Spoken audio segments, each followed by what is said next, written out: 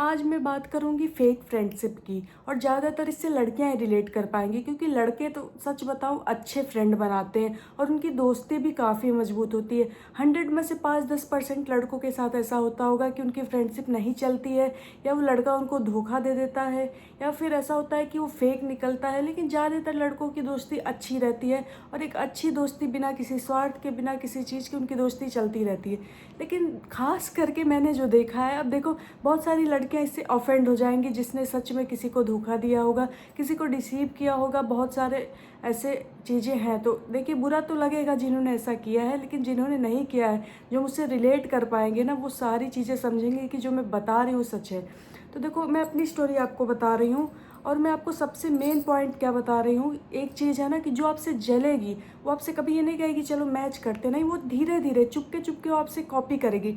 एक तो आप बेस्ट फ्रेंड है, आप उसका हेल्प भी कर रहे हैं, और ख़ास करके आपसे जलेगी वो जो आपसे ऊपर है, जो आपसे अच्छी पढ़ने में है, जो आपसे अच्छी फैशन में, जो आपसे अच्छी दिखती है, जो आपसे अच्छी हर चीज़ में ना, वो कभी आपसे नहीं जलेगी, वो कभी जलेगी ही नहीं आपसे ना। आपको ज़्यादा वो कॉपी करेगी क्योंकि वो खुद बेस्ट है। लेकिन जो आपसे नीचे होगी, पढ़ाई में, लिखाई में, हर चीज़ में, लुक में, हर चीज़ में आपसे कम होगी ना, वो आपके तक आना चाहेगी, वो आपको कॉपी करेगी। ऐसा नहीं कि आपको इंस्पिरेशन मान के, नहीं कि आपको उसका थैंक भी बोले कि हाँ यार मैंने तुमको ऐसा देखा, तुमने ऐसा किया तो मैंने भी, नहीं, वो चोरी चोरी आपको कॉपी भी करेगी, फिर दिखाएगी कि नहीं मैं तो ऐसी हूँ, मैं तो ऐसी हूँ, मैं मुझे तो ये करना है। यहाँ तक कि भाई वो बहुत कुछ आपको कॉपी कर लेगी। तो मैं अपनी स्टोरी चलिए आपको बताती हूँ। मेरी एक फ्रेंड थी, तो जैसे कि हम लोग गांव में रहते थे शुरू में, हमारा भी घर गांव में है, उसका भी घर गांव में, तो हम एक सेम स्कूल में पढ़ते थे। तो क्लास 8 में मैंने स्कूल चेंज किया, तो क्लास 8 से 10 तक मैं एक सेम स्कूल में रही, और मैं हमेशा फर्स्ट आती थी, इसमें कोई झूठ नहीं, मैंने पूरा स्कूल टॉप किया था।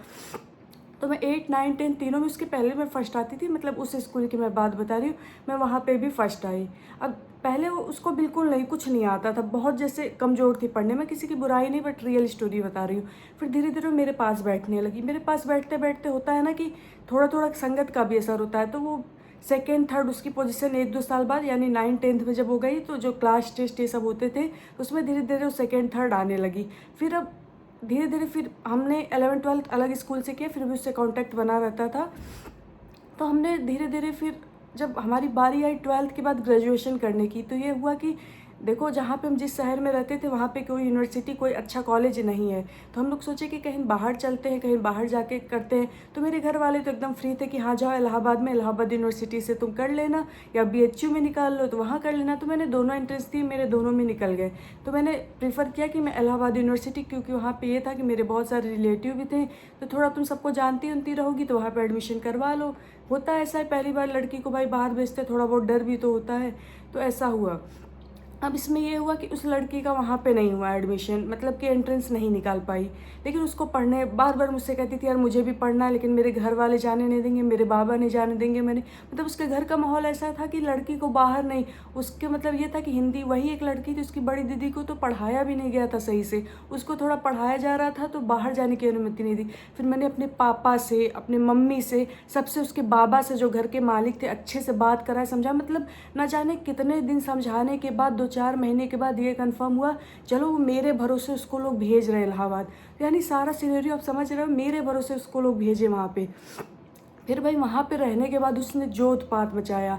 होता है ना जब दो लोग साथ रहने लगते हैं तो फिर बुराइयाँ दिखने लगती हैं। अब वो मेरी बुराई अपने, मैंने एक बार मतलब ऐसे रात में वो मैसेज छोड़ के, उसका रवैया भी मेरे साथ बहुत चेंज लगता था। दूसरों से कोचिंग भी हम लोग जाते थे, उसमें मेरी बुराइयाँ करती थी, तो मुझे कहीं ना कहीं से पता लग जाता था। और मुझे उससे कोई मतलब नहीं था कि, क्योंकि वो इतनी कुछ खास नहीं थी मेरे सामने कि मैं उसको कॉपी करूँ, मैं उससे जलूँ। मैं तो उसको खुद ले आई थी अपने साथ बाहर पढ़ने के लिए कि चलो भाई ये भी पढ़ लेगी। अब उसमें थोड़ा बहुत मेरा भी स्वार्थ था कि भाई मेरी जानने वाली मेरे साथ रहेगी तो अच्छा रहेगा मेरे लिए भी, मेरी फ्रेंड मेरे साथ रहेगी तो बहुत अच्छा रहेगा। अब देखो उसने क्या किया ना कि मेरी बुराइयां लगी अपने घर पे करनी, ये काम नहीं करती। हमने रूम में लेके हम लोग खाना, जैसे हम हॉस्टल में बोले तो उनके घर वाले बोले कि हम इतना अफोर्ड नहीं कर पाएंगे, तो तुम लोग, तो चलो हमने वो भी मान लिया। मुझे कुछ नहीं बनाने आता था, बट मैं फिर भी होता ना हाफ हाफ, मुझे जो समझ में आता था मैं सब करती। ऐसा नहीं कि मैं सब उसी के जिम्मे छोड़ती थी। मेरी चुगली, मेरी बुराइयाँ, ये ऐसी है, ये लड़कों से बात करती, यहाँ घूमने, मतलब सारी झूठी चीज़ें।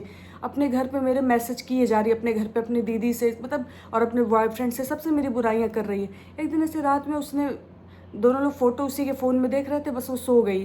तब तक एक मैसेज पॉप किया कुछ मेरे बारे में, मैंने अपना नाम देख के उस पे क्लिक किया। फिर भाई मेरी नहीं, मुझे चेक करना चाहिए, मेरी गलती है, बट मैंने सारा चैट पढ़ा उसके घर का, उसके बॉयफ्रेंड के, कुछ वैसे तो सारे डिलीटेड थे, बस रिसेंटली कुछ चैट थे, सारी मेरी भर भर के गंदी गंदी मेरे बारे में बातें, बुराइयाँ मेरी।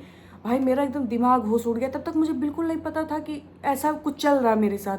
मुझे पूरा मेरा दिमाग एकदम सुन्न हो गया कि हो क्या रहा है भाई मेरे साथ।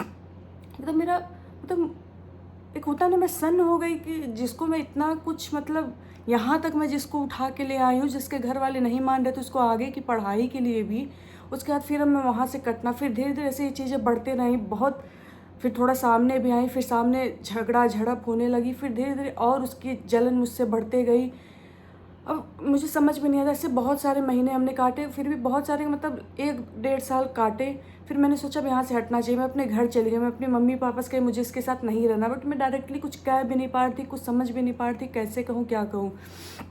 अब उसके बाद देखो सबसे बड़ा मेरा प्रॉब्लम क्या आ गया था कि अब कैसे क्या कहूँ अब, क्योंकि देखो हम ही इतना ज़बरदस्ती, मम्मी पापा कहते भी थे तुम जाओ अकेले हॉस्टल में रहो, बहुत सारे लोग मिल जाएंगे, मत इसके पीछे पड़ो। लेकिन मैंने ज़बरदस्ती उसके पीछे पड़ के उसको वहाँ पे बुलवाया, वहाँ पे उसके घर वालों को कन्विंस किया, अपने माँ बाप को कन्विंस किया। अब उन्हीं से मैं कैसे कह दूँ कि नहीं ये ख़राब लड़की है। मैं तब कहती थी नहीं बहुत अच्छी है, बहुत अच्छी है, इसको मेरे साथ भेजो। तो मैं डायरेक्ट कह भी नहीं पा रही थी कुछ। तो अब मैं बहुत परेशान हो गई कि मैं क्या करूं, कैसे करूं।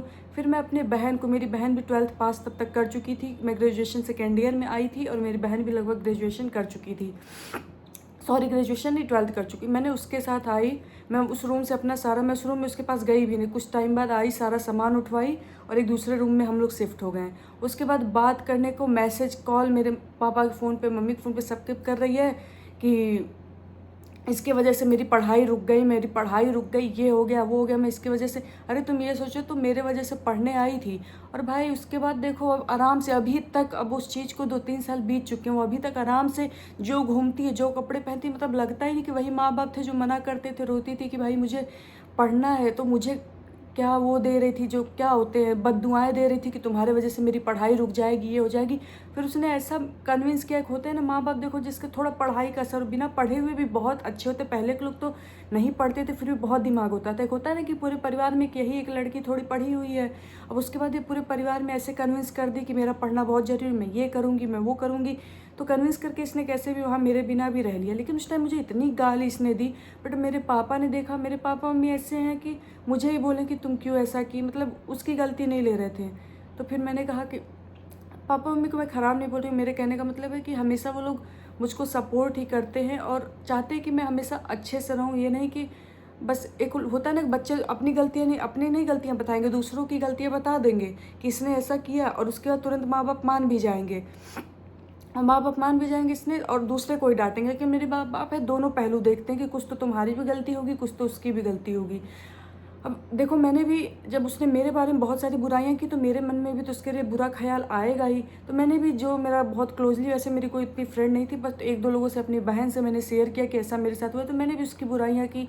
तो जो कि यार अब कितना, मैं भगवान तो हूँ नहीं कि वो मेरी बुराई, मुझे इतना सब कुछ इसके बारे में पता चला, और बहुत सारी चीज़ें मैं यहाँ पर एक्सप्लेन नहीं कर सकती। और मतलब इतना सीधी बन के मेरे साथ रहती थी, पूरा मेरा फ़ायदा उठाती थी हर चीज़ में, मतलब मैंने उसको बहुत सपोर्ट किया, पढ़ाई लिखाई से लेकर हर चीज़ में। तो ये थी मेरी फेक फ्रेंड की कहानी, और मैं जानती हूँ बहुत सारे लोगों के साथ ऐसा होगा। कोई कहानी सेम नहीं होगी, अलग अलग स्टोरी होगी, अलग अलग तरीके से चीज़ें हुई होंगी, लेकिन सबके साथ ज़रूर एक ना एक। तो वही एक मेरी बेस्ट फ्रेंड कैसे एक फेक फ्रेंड थी, शुरू से थी, हमेशा से थी, बट मैं कभी जान नहीं पाई, उसने सिर्फ मेरा यूज़ किया और मैं कभी नहीं जान पाई। तो ऐसा ही होता है। फिर अभी भी वो मेरे कांटेक्ट में, बाद में 2-4 साल बाद, 2-3 साल बाद जब चीज़ें हो गई तो उसने थोड़ा बहुत मुझसे कांटेक्ट किया, मैंने भी देखा। तो हम एक सोशल मीडिया पे सिर्फ हैं, एक दूसरे की फ़ोटो देखते हैं बस, और उससे ज़्यादा और कुछ नहीं करते हैं।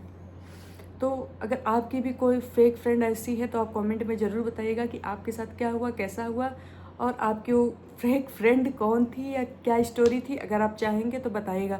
और ऐसा ही नहीं, मैंने जीवन में एक ही बार धोखा नहीं खाया, बहुत, मेरी दूसरी भी एक फ़ेक फ्रेंड निकली, जो कि मैंने उससे वो दोस्ती करने के 2-3 साल बाद बनाई थी, लेकिन वो भी फ़ेक फ्रेंड निकली। और मेरे साथ ये सब था। अब सच्चाई बताऊँ, मेरे पास कोई फ्रेंड नहीं, मैं रियलिटी बता रही हूँ, मेरे पास एक सिंगल फ्रेंड नहीं। अगर आप पूछोगे ना कि तुम्हारी फ्रेंड कौन है, तो मेरे पास एक सिंगल फ्रेंड नहीं है, कोई नहीं है मेरे पास। फिर भी मैं खुश हूँ, मुझे कोई दिक्कत नहीं है, मैं खुश रहती हूँ अपने लाइफ में।